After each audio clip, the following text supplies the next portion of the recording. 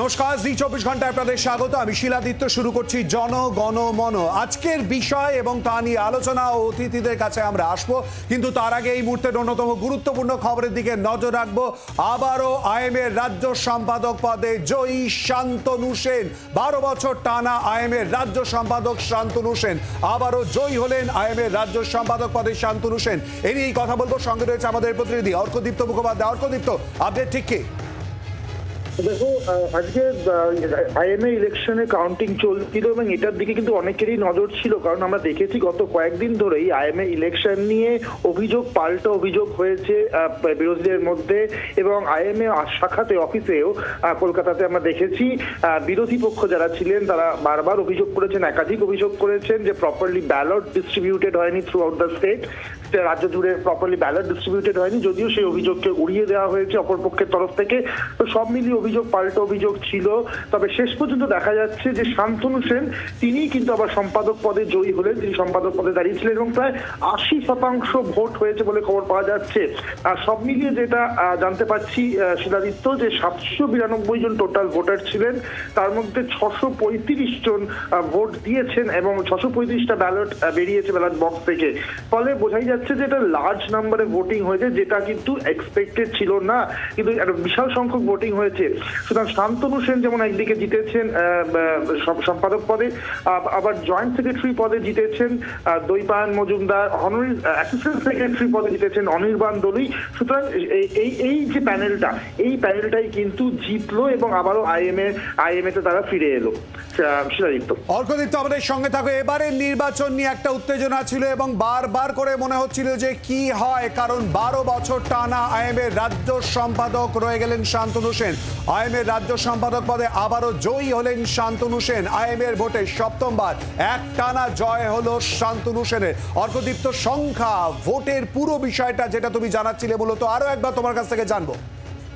হ্যাঁ শিলাজিৎ, তো দেখো আমি যদি এক্সাক্ট নাম্বারটা বলি, 430টা ভোট পেয়েছেন বলে জানা যাচ্ছে শান্তনু সেন, উল্টো দিকে 116টা ভোট পেয়েছেন বিরোধী পক্ষ। অর্থাৎ গ্যাপটা বা ডিফারেন্সটা কিন্তু অনেকটাই বেশি, যদিও এখনো ফাইনাল রেজাল্টটা আইএমএর তরফ থেকে কিন্তু ডিক্লেয়ার করা হয়নি, অফিসিয়ালি ডিক্লেয়ার করা হয়নি। অফিসিয়ালি ডিক্লেয়ার করা হলে আরো নিশ্চিতভাবে আমরা আমাদের দর্শকদের বলতে পারবো। তবে যে খবর আমি পাচ্ছি সূত্র মারফত, 430-116 ডিফারেন্সে তিনি জিতেছেন, এরকম একটা মার্জিন পাওয়া যাচ্ছে। তবে আবারও যে টোটাল পার্সেন্টেজ আমি বলি, 80% ভোট পড়েছে এবং 792 জন টোটাল ভোটার, যার মধ্যে আমি দেখতে পাচ্ছি 635টা ভোট পড়েছে বলে এই খবর।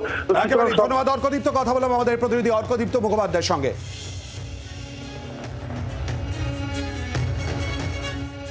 আর এবারে জনগণমন জানিয়ে আমরা আলোচনা করব। এখন আম্বেদকরের নাম নেয়া ফ্যাশন হয়ে গিয়েছে। সংসদে এই বক্তব্যে রীতিমতো তোলপাড় পড়ে গিয়েছে অমিত শাহর এই বক্তব্যে। আর অপরদিকে ইনফোসিসের নয়া ক্যাম্পাসের উদ্বোধন করলেন মুখ্যমন্ত্রী। দুটি বিষয় নিয়ে আমরা আলোচনা করব। আমাদের সঙ্গে এই মুহূর্তে রয়েছেন অতিথিরা। আমাদের সঙ্গে রয়েছেন তৃণমূল কংগ্রেসের তরফ থেকে শশী পাজা, রয়েছেন রাজনৈতিক বিশেষজ্ঞ রাজা গোপাল ধর চক্রবর্তী, বিজেপির তরফ থেকে রয়েছেন শতরূপা, অভিষেক বন্দ্যোপাধ্যায় রয়েছেন কংগ্রেসের তরফ থেকে, আর অপরদিকে চন্দন চট্টোপাধ্যায় রয়েছেন সিপিআইএম এর তরফ থেকে। প্রত্যেকেই স্বাগত জানাচ্ছি। প্রথমেই যে বিষয়ের দিকে আমরা নজর রাখবো, অর্থাৎ আম্বেদকরের নাম নেওয়া ফ্যাশন হয়ে গিয়েছে, এই বক্তব্যে কার্যত তোলপাড় সংসদ এবং ভারতীয় রাজনীতি। প্রথমেই সেদিকে নজর রাখবো। मान्यवर, अभी एक फैशन हो गया है, अभी एक फैशन हो गया है, आम्बेडकर आम्बेडकर आम्बेडकर आम्बेडकर आम्बेडकर आम्बेडकर। इतना नाम अगर भगवान का लेते हैं तो 7 जन्मों तक स्वर्ग मिल जाता। মঙ্গলবার সংসদে কেন্দ্রীয় স্বরাষ্ট্রমন্ত্রী অমিত শাহর এই মন্তব্যকে ঘিরেই ঘোর বিতর্ক। শাহী মন্তব্যের প্রতিবাদে ক্ষুব্ধ বিরোধীরা। বুধবার এই নিয়ে সংসদ চত্বরে বিক্ষোভ দেখায় কংগ্রেস। দেওয়া হয় জয় ভীম স্লোগান। বিক্ষোভে সামিল হন লোকসভার বিরোধী দলনেতা রাহুল গান্ধী, সঙ্গে ছিলেন সাংসদ প্রিয়াঙ্কা গান্ধীও। যোগ দেন রাজ্যসভার বিরোধী দলনেতা মল্লিকার্জুন খার্গেও। কংগ্রেসের অভিযোগ, সংবিধান নিয়ে আলোচনায় সংবিধান প্রণেতাকেই অপমান করা হয়েছে। এদিন এ নিয়ে বিক্ষোভের জেরে উত্তাল হয় সংসদ। দফায় দফায় মুলতবি হয় অধিবেশন। শাহের ইস্তফা দাবি করেছে কংগ্রেস। ये पहले ही कह रहे थे कि कॉन्स्टिट्यूशन को हम चेंज करेंगे, ये इसके खिलाफ हैं, अंबेडकर जी के खिलाफ हैं, उनकी विचारधारा के खिलाफ हैं। इनका पूरा का पूरा काम अंबेडकर जी ने जो किया और जो कॉन्स्टिट्यूशन है उसको ख़त्म करने का है, तो सब पूरा देश जानता है। हम वो कंडेम करते हैं और I demand his resignation. We all the parties demand his resignation and he should apologise to the country.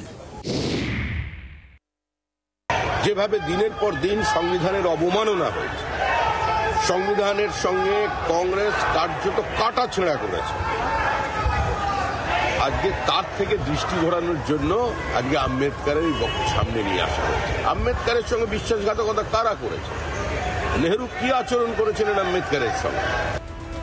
Amit শাহকে নিশানা করেছে তৃণমূলও। তার বিরুদ্ধে স্বাধিকার ভঙ্গের নোটিশ এনেছেন তৃণমূলের রাজ্যসভার দলনেতা ডেরেক ওব্রায়েন। শাহকে নিশানা করে এক্স হ্যান্ডেলে পোস্ট করেছেন মুখ্যমন্ত্রী মমতা বন্দ্যোপাধ্যায়। সংবিধানের ৭৫তম বর্ষপূর্তির সময় কেন্দ্রীয় স্বরাষ্ট্রমন্ত্রী অমিত শাহ বাবা সাহেব আম্বেদকর ও গণতন্ত্রের মন্দিরকে নিয়ে অপমানজনক মন্তব্য করেছেন। এতে বিজেপির দলিত বিরোধী মানসিকতার পরিচয় পাওয়া যায়। কেন্দ্রীয় স্বরাষ্ট্রমন্ত্রী বহু মানুষকে অপমান করেছেন। এই বিতর্কে শাহের ঢাল হয়ে দাঁড়িয়েছেন প্রধানমন্ত্রী নরেন্দ্র মোদী। এক্স হ্যান্ডেলে মোদী পোস্ট করেন, যদি কংগ্রেস ও তার পচে যাওয়া বাস্তুতন্ত্র ভেবে থাকে যে এই বিদ্বেষমূলক মিথ্যা তাদের বহু বছরের কুকর্ম, বিশেষ করে আম্বেদকরকে করা অপমান চাপা দিয়ে রাখবে, তাহলে তারা ভুল করছে।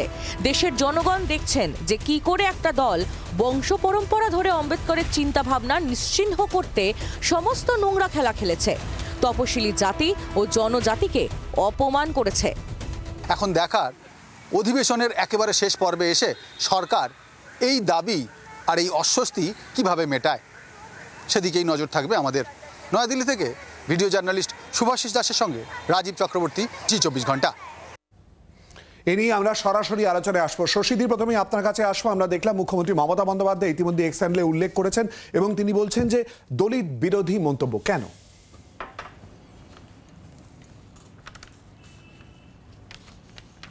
না, সত্যি আমরা তো দুঃখ প্রকাশ করি যে আজকের দিনেও আমরা এইটা দেখার জন্যে জীবিত রয়েছি। সংবিধানে যিনি প্রণেতা এবং এই সংবিধান যেটা 25শে নভেম্বর 49 সালে, এইটাতে সব কিছু লেখা আছে। ভারতবর্ষের নাগরিক হিসেবে যে আমরা জন্মগ্রহণ করছি, এই মাটিতে সমস্ত মানে আমাদের জীবনযাত্রা, সরকার, প্রশাসন, ক্ষমতা, জুডিশিয়ারি, পার্লামেন্ট, গভর্নেন্স মানে শাসন কিভাবে হবে, সবটাই লেখা রয়েছে এর মধ্যে। আজকে যিনি প্রণেতা এবং শুধু তার সঙ্গে 200 জন মহিলা পুরুষ মিলে যে তর্ক বিতর্ক, ডিবেট, ড্রাফটিং করে যেই সংবিধান, পবিত্র সংবিধান, আজকে এইভাবে তাচ্ছিল্য করে এই কদর্য ভাষায় অপমান করাটা, এটা সত্যি মানা যায় না। কিন্তু আপনি ভেবে দেখুন তো, যে জনসংঘ বলুন, আরএসএস বলুন, এদের যদি আপনি তাদের সংবিধানটা দেখেন, তারা কোনো দিনই এটা গ্রহণ করেননি যে ডক্টর বি আর আম্বেদকর, তিনি মাইনরিটি থেকে এবং এই পিছিয়ে পড়া বর্গের তিনি বিলং করেন এবং তিনি সংবিধান প্রণয়ন করবেন কিংবা প্রণেতা হবেন এই দেশের, সেটা তারা কোনোদিন গ্রহণ করেননি। এই জন্যে তারা এই সংবিধানকে মানেননি। তা বলতেন যে এই সংবিধান কিন্তু ভারতবর্ষের রিফ্লেকশন নয়। আর এটা এদের মানসিকতা চিরকালই ছিল। আজকে গৃহমন্ত্রী যে বলেছেন, গতকালকে যে বলেছেন, সংবিধান উপর আলোচনা করতে গিয়ে একেবারেই বহিঃপ্রকাশ হয়ে গেছে তাদের ভিতরের, তাদের এইটা তাদের নিজস্ব সংবিধানে রয়েছে।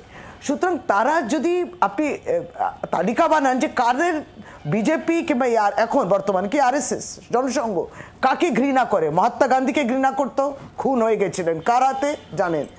তারা ঘৃণা করেন ডক্টর বি আর আম্বেদকরকে। আজকে এই কদর্য ভাষা অসম্মান চিরকালই তারা করতেন, সেটা আজকে ভাষায় রয়েছে। তারা অসম্মান করতেন জওয়াহরলাল নেহরুকে, যেটা চিরকাল তাদের একটা এজেন্ডা রয়েছে। এইটা আমরা সত্যি বলি যে, এবং ডক্টর বি আর আম্বেদকর সংবিধানে লিখেছেন যে আমরা সংবিধান তো লিখলাম, কিন্তু এর সফলতা নির্ভর করে যারা সরকারে থাকবেন এবং এইটাকে এগিয়ে নিয়ে যাবেন। তাহলে এই জায়গায় আমরা দাঁড়িয়ে রয়েছি যে শাসনে যারা রয়েছেন কেন্দ্রে, তারা সংবিধানকে, যেটাকে হিন্দিতে বলে ধজ্জিয়া উড়া দিয়েছে, মানে একেবারেই না মানা জায়গা। এবং আজকে এই পর্যায়ে এই ভাষা ব্যবহার করা অত্যন্ত দুর্ভাগ্যজনক। এবং এটা পরিষ্কার যে দলিতের হত্যা, দলিতের নির্যাতন সারা ভারতবর্ষে, তাদের কোনো বিচার হয় না। এই যে কাস্টের বিরুদ্ধে, একেবারেই বিভিন্ন কাস্টের বিরুদ্ধে যে কথাবার্তা বিজেপি করে কিংবা কোনো কাজই করেন না। শশীদি একটুখানি আটকাচ্ছি, আপনি দুর্ভাগ্যজনক বললেন। আমাদের সঙ্গে বিজেপির প্রতিনিধি রয়েছে, তার কাছে যাব, এবং কংগ্রেসের তরফ থেকে, সিপিএম এর তরফ থেকে রয়েছে, আমি প্রত্যেকের কাছে যাব। কিন্তু তার আগে আমরা শুনে নেব ঠিক কি বক্তব্য যার পরিপ্রেক্ষিতে একেবারে সংসদ উত্তাল হলো এবং ভারতীয় রাজনীতিও উত্তাল হয়ে উঠল। গতকালকের বক্তব্য শোনাবো এবং তার পাশাপাশি আজ অমিত শাহ তিনি সাংবাদিকদেরও মুখোমুখি হয়েছিলেন, আজই বা কি বললেন শোনাবো। मान्यवर, अभी एक फैशन हो गया है, अभी एक फैशन हो गया है, आम्बेडकर आम्बेडकर आम्बेडकर आम्बेडकर आम्बेडकर आम्बेडकर।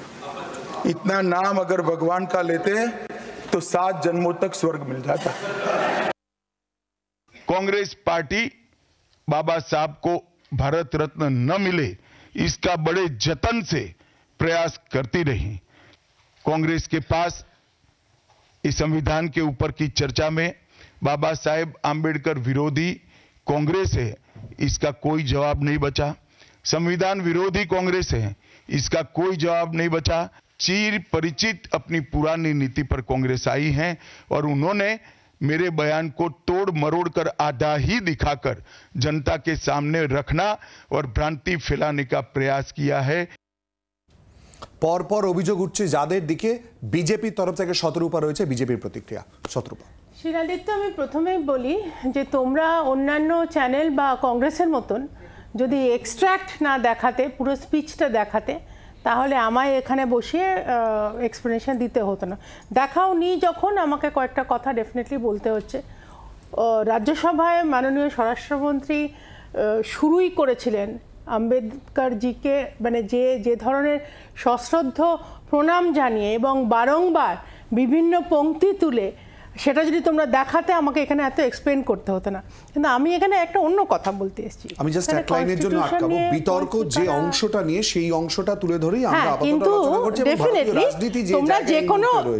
তোমরা যে কোনো অংশ তোলো, কিন্তু আমরা ছোটবেলা থেকে রেফারেন্স টু দ্য কনটেক্সট বলে আমরা প্রশ্নের উত্তর দিতাম যে একটা লাইন তুলে আনা হচ্ছে, সেটা কোন কনটেক্সটে বলেছে, আগে কি হয়েছে পরে কি হয়েছে, সেটা পুরো পিকচারটা দিলে তাহলে পুরো দেশ বুঝতে পারতো। যাই হোক, দেশ এখন যথেষ্ট ভালো বুঝতে পেরেছে। আমি জাস্ট কয়েকটা জিনিস একটু রিপিট করে দিচ্ছি। কনস্টিটিউশনে বলছে কারা, যারা এতদিন ধরে 75 বছর লাগলো কনস্টিটিউশন ডে কোন দিন এইটা সেলিব্রেট করতে। কনস্টিটিউশন নিয়ে বলছে কারা, শশী পাঁজাদির মতন অত্যন্ত, উনি মানে শি ইজ ভেরি রেসপেক্টেবল মন্ত্রী, আমি ব্যক্তিগতভাবে কিছু বলতে চাই না, কিন্তু উনার পার্টি কনস্টিটিউশন কুটি কুটি করে ছিঁড়ে দিয়েছিলেন।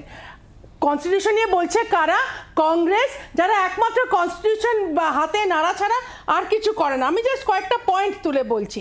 এখানে কন্টিনিউয়াসলি এত বছর ধরে রিজার্ভেশন বলো, ওবিসি বলো, যে কটা মানে হাইলাইট এখানে পঞ্চতীর্থ বলো, যে কটা হাইলাইট এখানে আম্বেদকরজি করেছেন, সেগুলো প্রত্যেকটা এত বছর ইগনোর করা হয়েছে। স্পেসিফিক্যালি নেহেরুকে নিয়ে যখন এত কথা হচ্ছে, হ্যাঁ আমরা নেহেরুকে পছন্দ করি না কেন, তার অনেকগুলো কারণ আছে। একটা আমি খুব স্পেসিফিক্যালি এখানে বলতে চাই, আম্বেদকরজিকে অপমান করে উনি পাবলিকলি বলেছিলেন, যেটা অলরেডি মানে উদ্ধৃত হয়েছেন, স্বরাষ্ট্রমন্ত্রী বলেও দিয়েছেন, যে জওহরলাল নেহেরু প্রাইম মিনিস্টার হওয়াকালীন উনি পরিষ্কার বলেছেন আম্বেদকর ল মিনিস্টার থাকুক না থাকুক, ইট ডাজেন্ট ম্যাটার। উনি অ্যাক্টিভলি স্যাবোটাজ করেছিলেন, উনি ইলেকশনে ক্যাম্পেন করে ওনাকে হারানোর চেষ্টা করেছিলেন।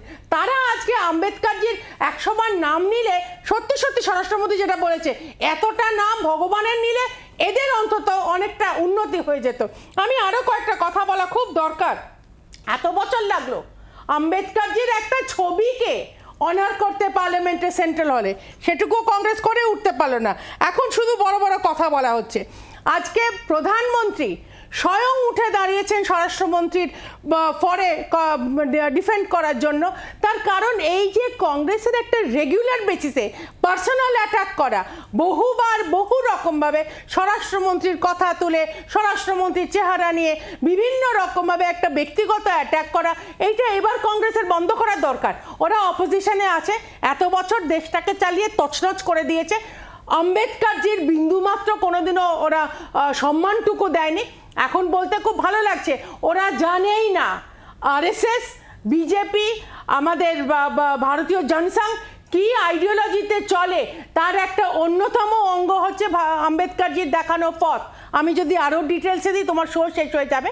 আমি এইটুকু শুধু বলছি যে মাননীয় স্বরাষ্ট্রমন্ত্রী কেন, আমাদের কোনো বিজেপির কোনো একজনও আম্বেদকরজির কোনোভাবে অপমান করার আমরা চেষ্টা করার কথা স্বপ্নেও ভাবতে পারি না। অভিষেকের কাছে আসবো ঠিক এই জায়গা থেকেই। খালি শতরূপাকে বলে দিই, পুরো অংশটা দেখানো তুমি যেমনটা বললে যে শোয়ের পরিপ্রেক্ষিতে টাইম শেষ হয়ে যাবে, তুমি যে কথা বলছিলে তার পরিপ্রেক্ষিতে সম্ভব নয়, ঠিক সেই জায়গায় যেখানে বিতর্ক সেটা পর অভিযোগ কংগ্রেসের বিরুদ্ধে। কেন এই অভিযোগের জায়গায় আসবে? এক, দ্বিতীয়ত তারপরেই আমরা দেখলাম সাংবাদিকদের মুখোমুখি হলেন অমিত শাহ। কোথাও কি চাপ? হোয়াটসঅ্যাপ ইউনিভার্সিটি শিক্ষিত মানুষদের সম্বন্ধে আমার সত্যি তথ্য নিয়ে কিছু বলার নেই। 1952 সালের উনি মেম্বার অফ পার্লামেন্ট হচ্ছে রাজ্যসভায় বম্বে স্টেট থেকে। আমরা সবাই জানি যে রাজ্যসভায় জিততে গেলে বিধায়কদের ভোটে জিততে হয়। সেই সময় কারা বিধায়ক ছিল মহারাষ্ট্রে, কাইন্ডলি আমার একটু বলে দাও। জনসংখ্যার কত কোটি বিধায়ক ছিল, কাইন্ডলি আমার একটু বলে দাও। 1952 থেকে 1956 উনি রাজ্যসভার সাংসদ ছিলেন মহারাষ্ট্র, তখন নাম ছিল বম্বে প্রভিন্স। একটু জানতে হবে, এরা তর্ক করলে হবে না। এবার সমস্যাটা কোথায়? আম্বেদকর আমাদের কাছে ফ্যাশন নয়, আম্বেদকর আমাদের কাছে হচ্ছে আবেগের প্রতিভূ। একটা অত্যন্ত অপ্রাসঙ্গিক কথা, যে কথাটা চায়ের থেকে বলা যায় সে কথাটা সেন্ট্রাল হলে বলা যায় না, এইটুকু বোধ আশা করি আমরা। একটা ফ্যাশন হয়ে গেছে, এগুলো আমরা ঠাট্টাই আর কি চলে বলি না, এগুলো বলা যায় না। এবং এটা ব্যতিক্রম নয়। কেন ব্যতিক্রম নয়? তবে কতগুলো ঘটনা বলি। একটু আটকাই, ফ্যাশন হয়ে গেছে চায়ের থেকে বলা যায়, সংসদে দাঁড়িয়ে বলা যায় না, এবং কেন্দ্রীয় স্বরাষ্ট্রমন্ত্রী কি বলবে? কেন্দ্রীয় স্বরাষ্ট্রমন্ত্রী অত্যন্ত মার্জিত কথাবার্তা বলেন, এবং আমি সেই সূত্রে বলবো যে কংগ্রেসের যিনি সোকল নেতা, ওরা তো গান্ধী ফ্যামিলির বাইরে কিছু ভাবতে পারে না।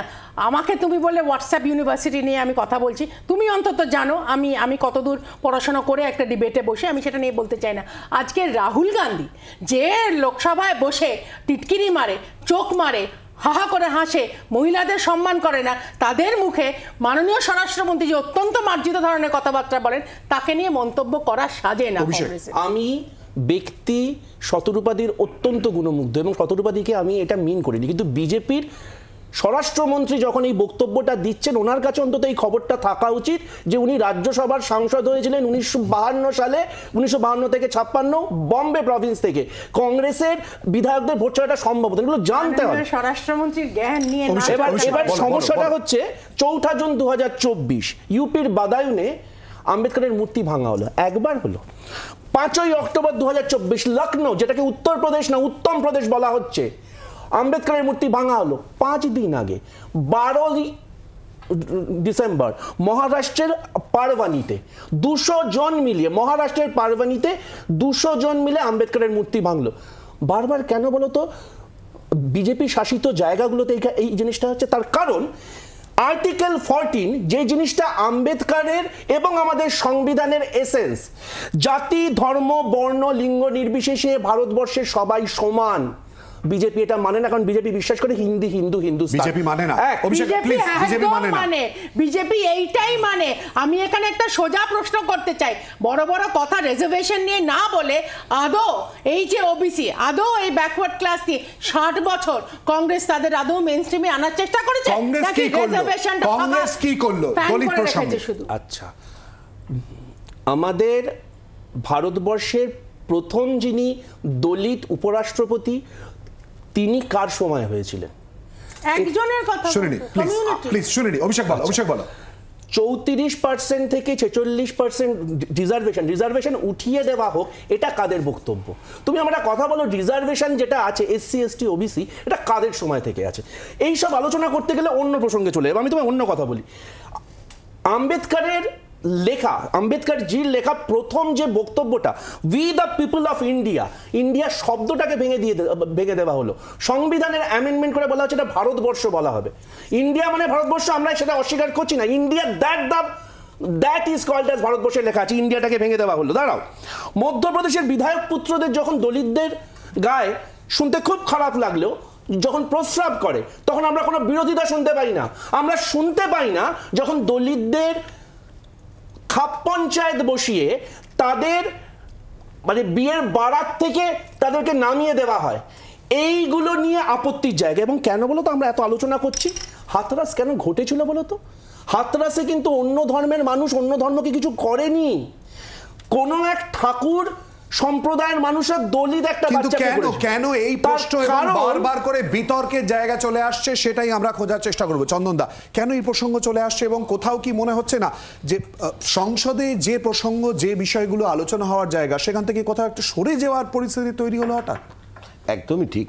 যে দেখো, আমি প্রথমে বলছি ব্যক্তিগত কোনো ব্যক্তি কি বলেছেন তার উপর নিশ্চিতভাবে এটা খুবই নিন্দনীয় কথা বলেছেন, কিন্তু তার থেকেও বড় কথা শিলাদিত্য, এটা তুমি যদি আইডিওলজিক্যালি বোঝো তাহলেই এটা বোঝা যাবে। আমার এখন ডাউট হচ্ছে যে উনি সংবিধানের শপথ নিয়ে স্বরাষ্ট্রমন্ত্রী নাকি বাঞ্চ অফ থটের ওপর হাত রেখেছিলেন আমরা তো দেখতে পাচ্ছি না, ফলে ডাউট হচ্ছে আমার। আমি জানি ডাউট হয়তো পরে ক্লিয়ার করে দেব, কিন্তু আমি দুটো জিনিস বলছি। এক হচ্ছে যে এটা তো আজকের থেকে নয়, এই বিচারধারায় এসছি। আপনি যখন আম্বেদকরের কথা বললেন 1949 সালের 25শে নভেম্বর, আম্বেদকর নিজেই কনক্লুড করছেন তার ভাষণ কনস্টিটিউয়েন্ট অ্যাসেম্বলিতে এই বলে যে একটি মানুষ একটি ভোট দেবে, এই অবধি করা গেল। কিন্তু একটি ভোটের মূল্য সমান মূল্য হবে, আপনার ভোট, আমার ভোট, টাটার ভোট, আদানির ভোট, আম্বানির ভোট, তা আর্থিক স্বাধীনতা এবং রাজনৈতিক স্বাধীনতা, সামাজিক স্বাধীনতা সব যেন এক হয়, তার জন্যই এই কনস্টিটিউশন। সেটা আমরা ফেল করেছি এতগুলো বছরে, অনেক ক্রিটিসিজম সেটা নিয়ে থাকতে পারে, কিন্তু মূল প্রশ্ন হচ্ছে যে এই কনস্টিটিউয়েন্ট অ্যাসেম্বলি, এই গণপরিষদকে সেদিনের জনসংঘ মনুস্মৃতি রাখা হয়নি বলে সমালোচনা করেছিল। এই জনসংঘ সেদিনকে সমালোচনা করেছিল। আজকে যারা এই কথা বলছেন, কারণ এটা তারা সহ্য করতে পারছেন না, যারা বিশ্বাস করেন যে চতুর্বর্ণ প্রথায় ব্রাহ্মণ, ক্ষত্রিয়, বৈশ্য, শূদ্র, ব্রাহ্মণের জন্ম মাতা থেকে, ক্ষত্রিয়ের বুক থেকে, এটা যারা এখনো বিশ্বাস করেন, যারা এখনো আরএসএস মহিলাদের আলাদা করে তাদের সংগঠনে ঢুকতে দেয় না, যারা এখনো বিশ্বাস করেন বলেই তাদের এমএলএ এমপির ছেলে মেয়ে শিডিউল কাস্ট কোনো মানুষের মুখে প্রস্রাব করে দিচ্ছেন, কোনো বিচার হয় না।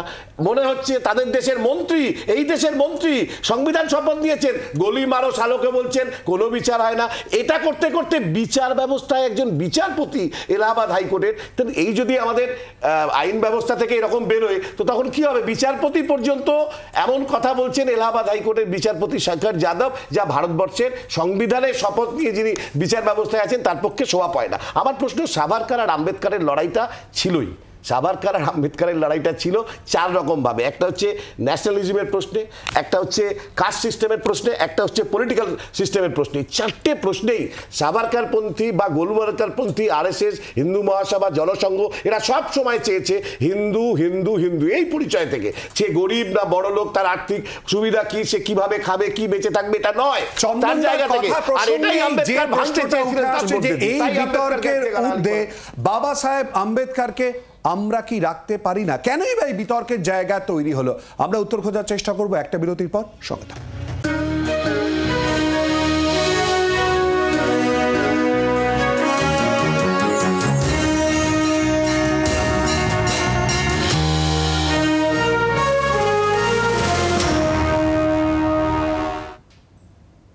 জনগণমন যা নিয়ে আমরা আলোচনা করছি, অর্থাৎ আম্বেদকর প্রসঙ্গে সংসদে বক্তব্য রাখতে গিয়ে ইতিমধ্যে অমিত শাহ যে বক্তব্য, তার পরিপ্রেক্ষিতে গোটা দেশের রাজনৈতিক মহল রীতিমতো উত্তপ্ত। রাজাগোপাল ধর চক্রবর্তী, রাজনৈতিক বিশ্লেষক, আমাদের সঙ্গে রয়েছেন। রাজাগোপাল বাবু, আমরা জানি যে বি.আর. আম্বেদকর তখনও প্রাসঙ্গিক, এখনও প্রাসঙ্গিক, আমাদের সংবিধান প্রণেতা। সেই জায়গায় বিতর্কের জায়গা কেনই বা তৈরি হলো বলে আপনার মনে হয়? শিলাদিত্য, আমি যে কথাটা বলবো খুব ছোট কথা, কতগুলো ফ্যাকচুয়াল এভিডেন্স। আমি কোনো তার্কিক বিতর্কে ঢুকবো না, কেন তার্কিক বিতর্কে ঢুকলেই নানান রাজনৈতিক বক্তব্য আসতে পারে। আম্বেদকরকে আমরা দেখেছিলাম উনি ইন্টারিম গভর্নমেন্টের ছিলেন, মানে আমাদের 52 সালে যে নির্বাচন ঘটেছিল তার আগের যে ইন্টারিম সরকার ছিল তার ল মিনিস্টার হয়েছিলেন। এবং যেটা জানা গেছে যে সরকারের তখন যারা সরকার চালাচ্ছিল তাদের সঙ্গে অনেক জায়গায় ওনার বিরোধ ছিল, উনি পদত্যাগ করেছিলেন।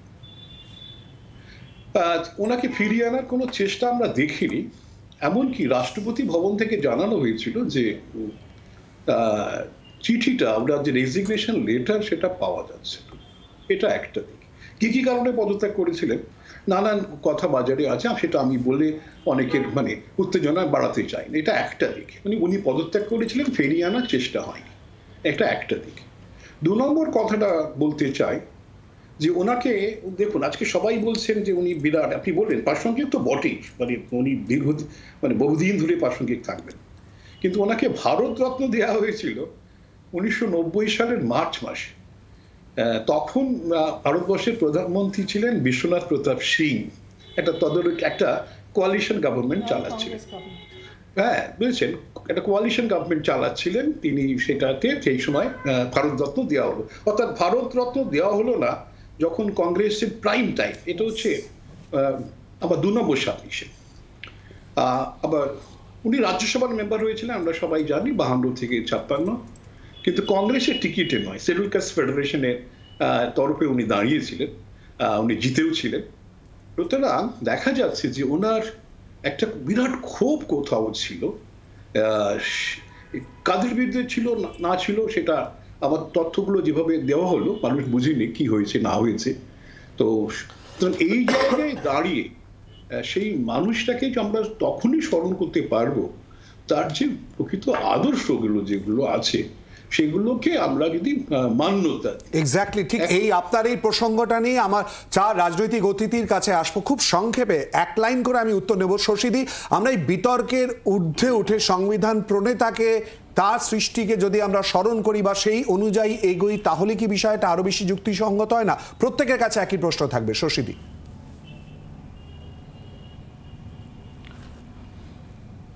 হ্যাঁ, নিশ্চয়ই সেটাই বলছি যে আসলে আমাদেরকে বুঝতে হবে যে এই কনস্টিটিউশনের স্পিরিটটাকে, এবং এই আর্টিকেল 51ও তাই বলে যে দেশের নাগরিক অনুভব করুক এই সংবিধানকে, এবং এই সংবিধানের এবং যে প্রণেতা ডক্টর বি.আর. আম্বেদকর প্রতি যদি এই ধরনের ভাষা প্রয়োগ হয় কিংবা তার সম্বন্ধে বলা হয় এই ধারণা, তাহলে উদ্বেগের কারণ এই জন্যে থাকে, কারণ এটা বিস্তার প্রভাব পড়তে পারে।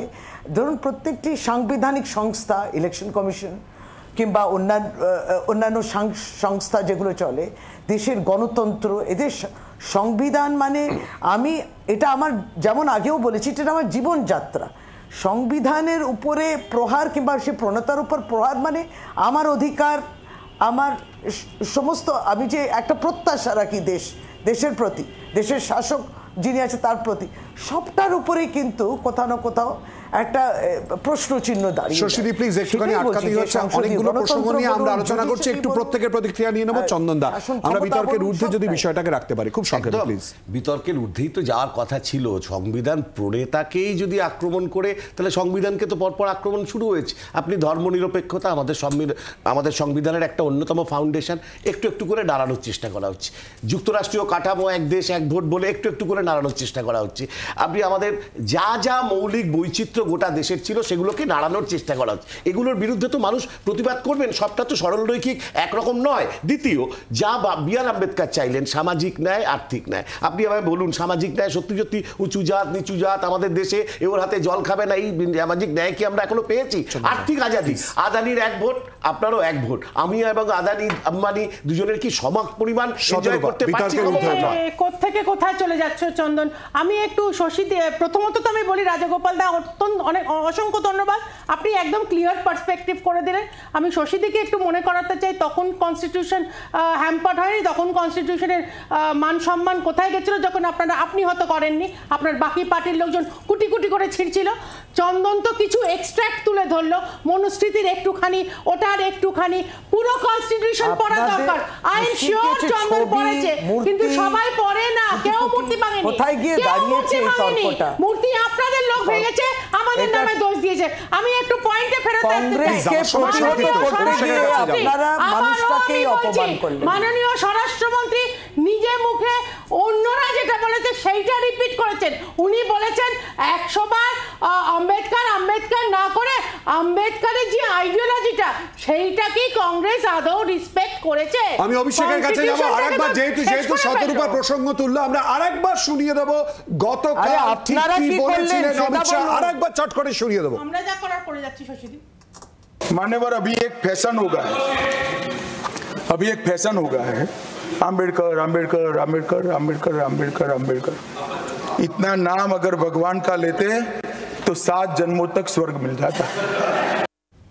অভিষেক, আচ্ছা, প্রথম কথা হচ্ছে যে ঈশ্বরের নাম করতে বলা হয়েছিল, আম্বেদকরের আদর্শ ফলো করতে বলেনি। দুই, রাজাগোপাল বাবুকে একটা কথা আরেকবার একটু মনে করিয়ে দিই, 1954 সাল থেকে শুরু হয়ে 1990 সাল পর্যন্ত প্রত্যেক বছর ভারতরত্ন দেওয়া হতো না। হ্যাঁ, আগে পেলে নিশ্চয়ই ভালো হতো, এবং এই পুরো সময়টাতে কংগ্রেস একচ্ছত্র আধিপত্য ছিল না, এর মাঝে ইন্দিরা গান্ধী জেলে ছিলেন ইত্যাদি ইত্যাদি।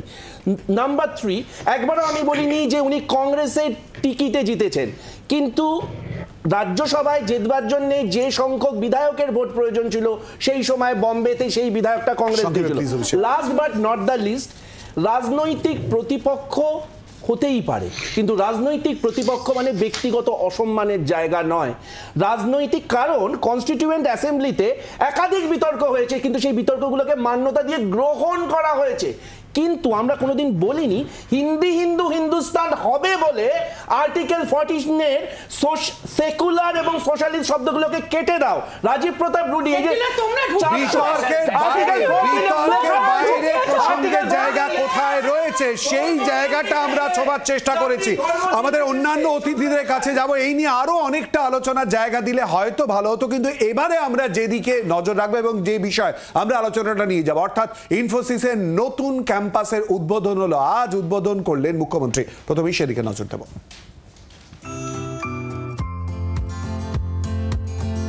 দেশের অন্যতম তথ্য প্রযুক্তি সংস্থা ইনফোসিসের নতুন ক্যাম্পাসের উদ্বোধন বুধবার নিউ টাউনের হাতিশালায় মুখ্যমন্ত্রী মমতা বন্দ্যোপাধ্যায় এই ক্যাম্পাসের উদ্বোধন করেন। প্রযুক্তি ক্ষেত্রে রাজ্যে আরও কর্মসংস্থান হবে বলেই আশা প্রকাশ করেন তিনি। বাংলায় কেউ বিনিয়োগ করতে চাইলে পূর্ণ সহযোগিতার আশ্বাসও দিয়েছেন। Our desire was that yes, Infosys must come here, and today I must, with my humble regards, I can tell you, you fulfilled our dream. Infosys কর্তাদের সর্বস্তরের সহযোগিতার বার্তা দিয়েছেন মুখ্যমন্ত্রী, পাশাপাশি বিধাননগর পুলিশকে স্মরণ করিয়ে দিয়েছেন দায়িত্বের কথা। বাড়তি দায়িত্ব দিয়েছেন ক্যানিং পূর্বের তৃণমূল বিধায়ক Shawkat মোল্লাকে। I have with me Mr. Shaukat Mullah also. I have a request. Please see that we should help, we should cooperate them in all ways, at all levels. This is the area adjacent of Kolkata Police and South and West Bengal, so Bidhannagar Commissionerate. So this is a border area, but there should be some good coordination between two. So please see, and no disturbances, nothing. They must walk very peacefully and very smoothly. New টাউনের হাতিশালায় প্রায় 17 acre জমির ওপর গড়ে উঠেছে ইনফোসিসের দ্বিতীয় campus. সংস্থার দাবি, নতুন এই ক্যাম্পাসে কর্মসংস্থান হবে 4000-এরও বেশি। শ্রেয়সী গঙ্গোপাধ্যায়ের রিপোর্ট, জি 24 ঘন্টা। ইনফোসিসের নয়া ক্যাম্পাসের উদ্বোধন করলেন মুখ্যমন্ত্রী, এ নিয়ে আমরা আলোচনা করব। শশীদির কাছে যাওয়ার আগে আমি প্রত্যেক অতিথির কাছে আসবো, বিশেষ করে রাজাগোপাল ধর চক্রবর্তী আমাদের সঙ্গে রয়েছেন। রাজাগোপাল বাবু, কতটা আশাবাদী নতুন প্রত্যাশার জায়গা চাকরির ক্ষেত্রে এবং ব্যবসা বাণিজ্য সার্বিকভাবে খুলে যাওয়ার ক্ষেত্রে ইনফোসিসের নয়া ক্যাম্পাসের উদ্বোধনে? দেখুন, খুব ভালো লাগছে, আনন্দ লাগছে। ইনফোসিসের প্রেস স্টেটমেন্ট আমি দেখলাম, তাতে বলছে 3.5 লক্ষ স্কোয়ার ফিট এলাকায় ডিজিটাল ক্যাম্পাস হচ্ছে, 462 কোটি টাকা বোধহয় বিনিয়োগ করছে ওরা। এমপ্লয়মেন্ট হবে 4000 মতো টোটাল। তারা কত দিনের এমপ্লয়মেন্ট সেসব তারা লেখেনি, এবং কি শ্রেণীর মানুষের এমপ্লয়মেন্ট হবে সেটাও তারা লেখেনি। কিন্তু বাংলায় নতুন উদ্যোগ, সেটাও আমি জেনে খুশি হলাম। আরও খুশি হলাম মুখ্যমন্ত্রী কারোকে ধমক দিলেন ডিস্টার্বেন্স করো না, অর্থাৎ ডিস্টার্বেন্স পশ্চিমবঙ্গে যাতে না হয়, সেটা ওই এলাকায় না হয়। নতুন উদ্যোগপতিরা আসছেন, এটাও একটা সুসংবাদ। যে তোলাবাজি যেটা একটা পশ্চিমবঙ্গে ছোট বিজনেসকে শেষ করে দিচ্ছে এবং বড় বিজনেসও যাতে এই তোলাবাজির আওতায় না পড়ে তার জন্য উনি ধমক দিয়েছেন। যদি ধমক যাদের দিয়েছেন তারা যদি শোনে, আমার মনে হয় পশ্চিমবঙ্গ তো একটা মানে আমরা জানি যে intellectual capital of the country, এটা হচ্ছে যে আমরা জানি সফটওয়্যার ক্যাপিটাল অফ ইন্ডিয়া। এখানে বিরাট একটা সুযোগ তৈরি হচ্ছে। আমরা টাটাকে হারিয়েছি, এখন ইনফোসিসের মাধ্যম দিয়ে যদি নতুন গেটওয়ে খুলে যায় এর চেয়ে আনন্দ কিছু নেই। আনন্দের কথা রাজাগোপাল ধরবাবু বলছেন, প্লিজ একটু আটকাতেই হচ্ছে, আমি প্রত্যেকের কাছে আসবো, যেহেতু আপনি যে প্রসঙ্গ তুললেন যে ইতিমধ্যেই ধমকের প্রসঙ্গের কথা বললেন। সুকান্ত মজুমদার রাজ্য বিজেপির সভাপতি এবং কেন্দ্রীয় প্রতিমন্ত্রী, তিনি ঠিক কি বলেছেন এই প্রসঙ্গ নিয়ে শোনাবো। তো বিড়ালকে মাছ পাহারা দেওয়ার কাজ দিলেন, সেই তো মাল তোলার দায়িত্ব পেল। শওকত মোল্লার নাম বলে দেওয়া মানে মাননীয় মুখ্যমন্ত্রী ঠাড়ে ঠাড়ে বুঝিয়ে দিলেন এখানে যা মাল তোলা হবে সব শওকত তুলবে। আর শওকত হচ্ছে নাম্বার 1 গ্রেডের গুন্ডা, তাকে দায়িত্ব দিচ্ছেন মুখ্যমন্ত্রী গুন্ডামি দমন করার জন্য। মুখ্যমন্ত্রীর কথা সার্থক যে উনি গুন্ডাদের কন্ট্রোল করেন, মাছকে পাহারা দেওয়ার দায়িত্ব বিড়ালকে দিচ্ছেন, এর থেকে ভালো কাজ আর হয় নাকি? রাজাগোপাল ধরবাবু প্রত্যাশার কথা বারবার করে বলছেন এবং পশ্চিমবঙ্গের মানচিত্রের নতুন পালক, সেই জায়গায় নতুন সুযোগের কথা আমরাও বসে রয়েছে এই মুহূর্তে, যেখানে অর্থাৎ সেক্টর 5-এ। সুতরাং সেই জায়গায় তো আনন্দের একটা পরিস্থিতি তৈরি হবে। কিন্তু আমার রাজনৈতিক অতিথিরা কি বলছেন একটু জেনে নেবার চেষ্টা করি। অভিষেক, তুমি নিজে আইটির সঙ্গে যুক্ত। প্রথম কথা, মানে আইটির একজন প্রতিনিধি হিসেবে, একজন সাধারণ তথ্য প্রযুক্তি কর্মী হিসেবে এটা দীর্ঘ অপেক্ষার অবসান। ইনফোসিসের যে কুমির ছানাটা দেখানো হচ্ছিল, অবশেষে সেই কুমির ছানাটা যে সামনে এলো, খুশি, তাতে আমরা খুশি। তবে একটা ক্ল্যারিফিকেশন করে দিই, ইনফোসিসের এটাই প্রথম ক্যাম্পাস। এর আগে যেটা ছিল সেটা টেম্পোরারি ক্যাম্পাস, সেটা মানি ক্যাসাডোনাতে। That was not a campus, সেটা টেম্পোরারি মেকশিফট ক্যাম্পাস করা হয়েছিল। 1, 2, শওকত মোল্লা, যাকে মানে যিনি মুখ্যমন্ত্রীর কাছে, যিনি বাই দ্য ওয়ে ক্যানিং এর বিধায়ক বোধহয়, আমি খুব ভুল না হলে, শওকত মোল্লা কিন্তু ওই জায়গার বিধায়ক নন, এবং ওই যেখানে এটা ঘটেছে সেখানকার বিধায়কের নামই খুব ভুল না হলে নওশাদ সিদ্দিকী। এবার সমস্যাটা হচ্ছে যে এই শওকত মোল্লা কিছুদিন আগে একটা বাস স্ট্যান্ডের দাবি করেছিলেন, তখন মুখ্যমন্ত্রী বলেছিলেন তোমাকে বাস স্ট্যান্ড থেকে তুমি তো ওখানে বোম বাঁধবে। এবার এই বক্তব্যটা একটা পাবলিক স্টেটমেন্টে দিয়েছিলেন। But having said all this thing, 4000 লোকের যে কর্মসংস্থান হচ্ছে, একজন তথ্য প্রযুক্তি কর্মী হিসেবে সাধারণ মানুষের কাছে একটা বার্তা আমি অন্তত দিতে চাই যে আশাবাদী হিসেবে রাজনীতির জায়গায় থাকবে, কিন্তু এই 4000 সংখ্যাটাকে খুব বেশি বা কম ভাবার দরকার নেই। এটা একটা ফেস লিফটের জায়গা। অভিষেক বন্দ্যোপাধ্যায় কংগ্রেসের প্রতিনিধি রয়েছেন এবং আশার জায়গা থেকে বলছেন, নিজেও ও আইটি কর্মী, সেই জায়গা থেকে বলছে এটা অত্যন্ত আশার জায়গা, রাজনীতির ঊর্ধ্বে উঠে বলছে। ওয়েলকাম জানাবেন শশীদি।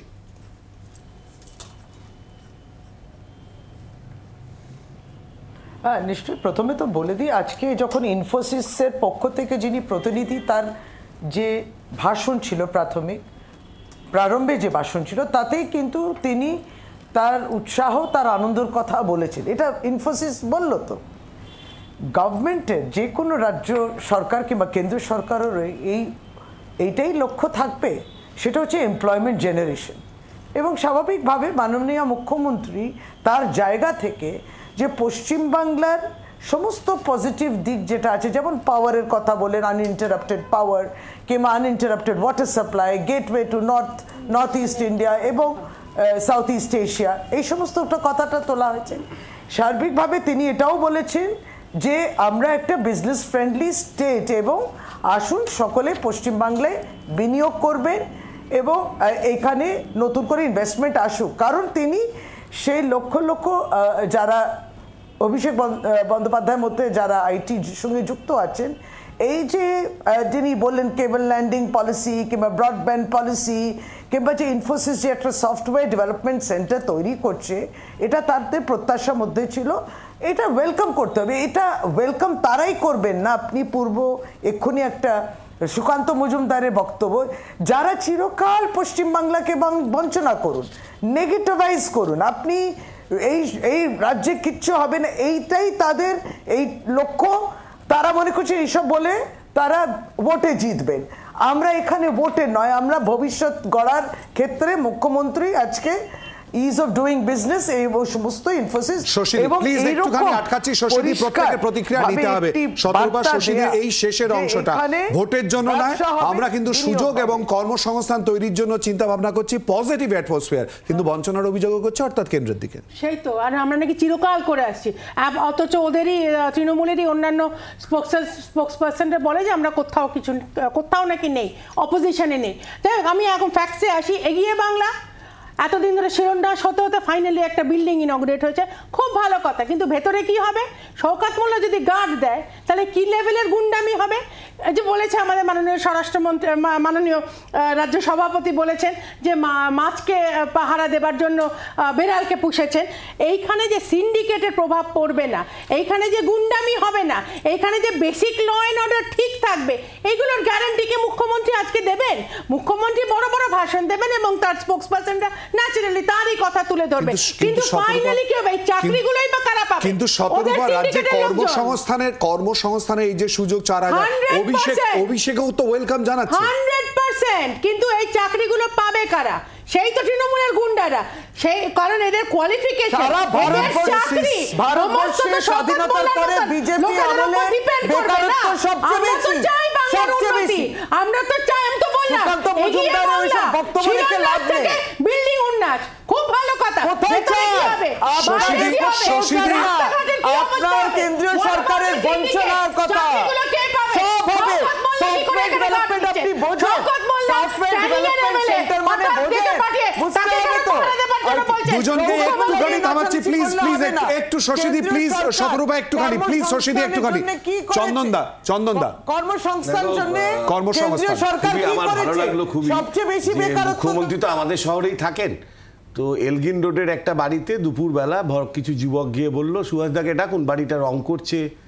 ফলে এটা তো উনি জানেন বলেই আজকে বললেন শওকতের থেকে সাবধান থাকতে হবে, বা শওকতকেও বললেন সাবধান থাকতে হবে, কারণ একটা বাস স্ট্যান্ড চাই, কোঅর্ডিনেশনের কথা বলেছেন, যাতে সঠিক কোঅর্ডিনেশন থাকে। আপনি ভাবুন, একজন এমএলএ বাস স্ট্যান্ড চাইছেন মুখ্যমন্ত্রীর কাছে বোমা বাঁধার জন্য, মুখ্যমন্ত্রীর কথা থেকে, আমার কথা থেকে না, ছেড়ে দিল সব কথা। 2011 সালে টাটাকে তাড়িয়ে তো যাত্রা শুরু হয়েছিল, তো আশায় বাঁচে চাষা, যেমন অভিষেক বলল, আমরাও চাষা হিসেবেই বাঁচছিলাম, চপ ঢপ তোলা কাটমানি এছাড়া কোনো শিল্প পাইনি। আর দুটো মনে রাখতে হবে দুটো কথা আপনাকে, পূর্ণেন্দু চ্যাটার্জি গ্রুপকে কোর্ট টাকা ফেরত দিতে বলেছে, টাটাকে টাকা ফেরত দিতে বলেছে। কিভাবে শশী দেবীরা জানেন আমরা জানি না, অঙ্ক কিভাবে মেলাবেন ওনারা বুঝবেন। কিন্তু দ্বিতীয় প্রশ্ন আমার, এই ইনফোসিস এই উইপ্রোকে যখন 2009 সালে সেপ্টেম্বর মাসে জমি দেওয়া হয়েছিল, তখন তৃণমূল কংগ্রেসের স্ট্যান্ড কি ছিল জানেন? আমি যদি বার করে দেখাই, শশী দেবী এখন বিপদে পড়ে যাবেন।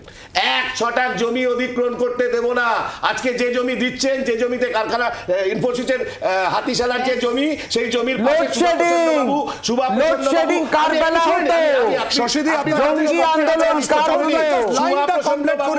ওই যে হাতিশালার জমি সেখান থেকে কেটে নিয়ে তার উপর দিয়ে নিজের জমি করে 8 একর তৈরি করেছেন। সবই পশ্চিমবাংলায় 2011 পর থেকে দেখা যাচ্ছে। কিন্তু আমি শুধু একটা কথা আপনাকে জিজ্ঞেস করছি, যে এই যে বিজিবিএস এতগুলো বছর হলো, এতগুলো বছর বিজিবিএস যদি টোটাল যোগ করেন, আপনি জানেন আমেরিকান যা বাজেট হচ্ছে 1 বছরে, আমরা তার থেকে বেশি ছাপিয়ে যাব। কিন্তু আমাদের শিল্প, প্রকৃতপক্ষে শিল্প কোনটা হয়েছে?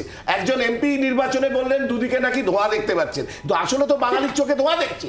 আপনি বলুন শিক্ষামন্ত্রী জেলে, অবস্থা উঠে গেল, কর্মসংস্থান ও শিল্প। শশীদি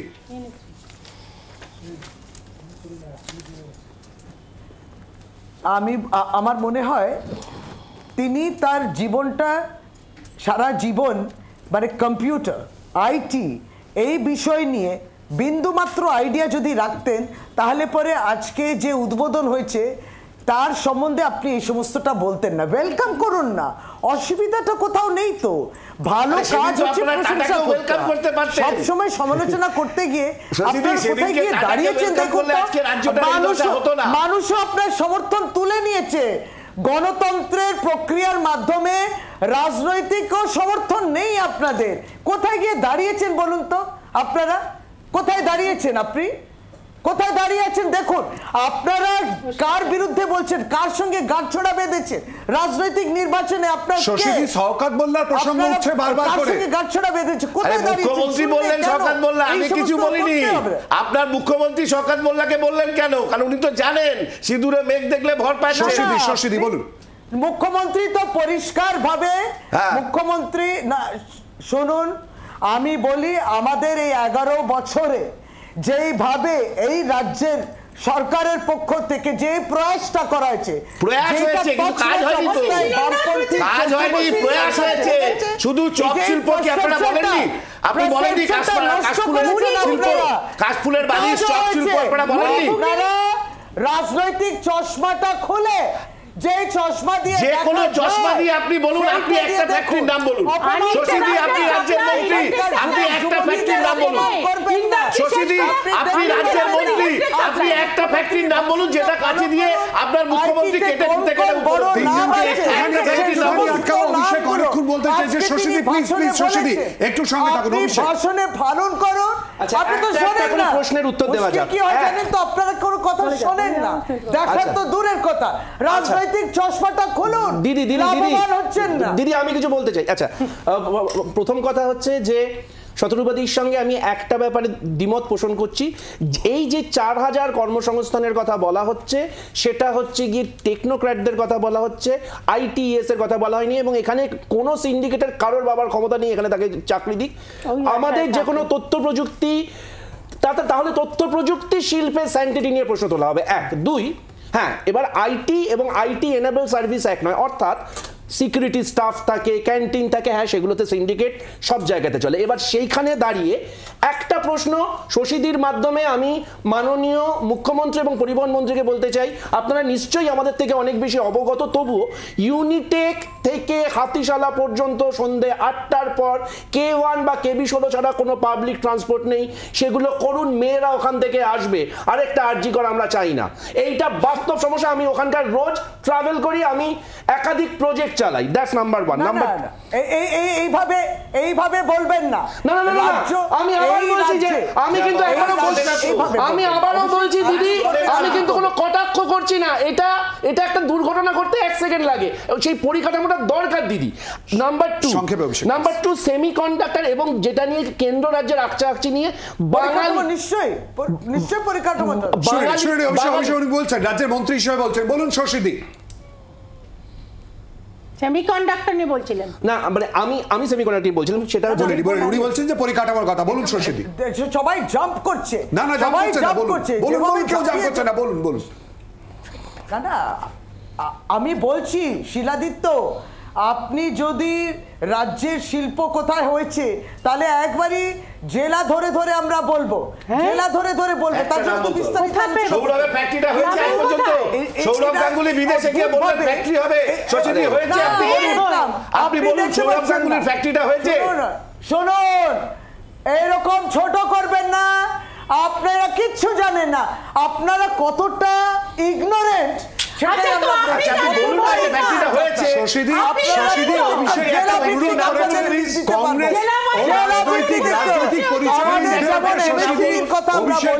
অনুরোধ করেছে আপনাকে, রাজ্যের মন্ত্রী হিসেবে আপনাকে অনুরোধ করেছে ইনফ্রাস্ট্রাকচার, পরিকাঠামো এবং যাতায়াতের যাতে সুবন্দোবস্ত হয়। এই মুহূর্তে যদিও বলা, এক্ষুনি বলা অসুবিধে, এই মুহূর্তে ভাববেন কিছু? নিশ্চয় পজিটিভ, একদম পজিটিভ কথা। সরকারি গাড়ি আছে, বলেছেন চন্দনদা বলেছেন পুরোনো কথা, তাহলে কম্পিউটার বিরোধিতা কে করেছিল চন্দনদা, সেই বিরোধিতায় যেতে হয়। অভিষেক খুব সংক্ষিপ্ত।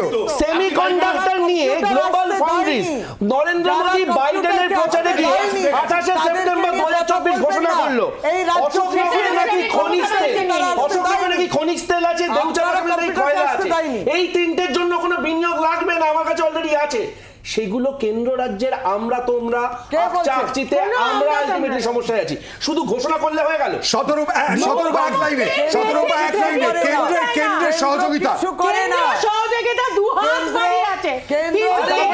শশীদি শতরূপা বলছেন যে কেন্দ্রের সহযোগিতা 2 হাত বাড়িয়ে রয়েছে রাজ্যের প্রতি। শশীদি বেকারত্ব কেন, বেকারত্ব কেন, যেটা বলছে বেকারত্ব কেন, বেকারত্ব কেন, এবং রাজ্যের প্রাপ্য টাকা দেওয়া হয় না কেন, রাজ্যের প্রাপ্য টাকা দেওয়া হয় না কেন? 3 বছর আগে শশীদি জাস্ট এক লাইনে উত্তর নেব, জাস্ট এক লাইনে শশীদি শতরূপা বিজেপির তরফ থেকে রয়েছেন, শতরূপা বলছেন কেন্দ্র দু হাত বাড়িয়ে রয়েছে সাহায্য করার জন্য। আপনি কি বলবেন শশীদি? কিছু দু হাত বাড়ায়নি শিলাদিত্য, জিএসটি দিয়ে টাকা তুলে নিচ্ছে এবং রাজ্যের প্রাপ্য টাকা ফেরত আসছে না। রাজ্যের এই সদ্য ফাইন্যান্স কমিশন ঘুরে গেল, একবারে লিখিতভাবে আমরা আমাদের বক্তব্য অস্বীকার করতে পারে না। ফাইন্যান্স কমিশন বোঝেন, ফাইন্যান্স কমিশন বোঝেন তো, ফাইন্যান্স কমিশনকেও আমরা এটা দিয়েছি। প্রত্যেকটি রাজ্য বিজেপি সরকার যেখানে আছে সেখানে বঞ্চনা করেন এবং আপনাদের আমলে সবচেয়ে বেকারত্ব সবচেয়ে বেশি কেন? আপনাদের আমলে বেকারত্ব কেন? আপনারা জবাব দিচ্ছেন না কেন? আপনারা বেকারত্ব কেন? বেকারত্ব কেন? জবাবটা এড়িয়ে গেলে হবে না, আপনাকে জবাব দিতে হবে। 240-এ দাঁড়িয়ে আছে, এরপরে আরো নেমে যাবে। বেকারত্ব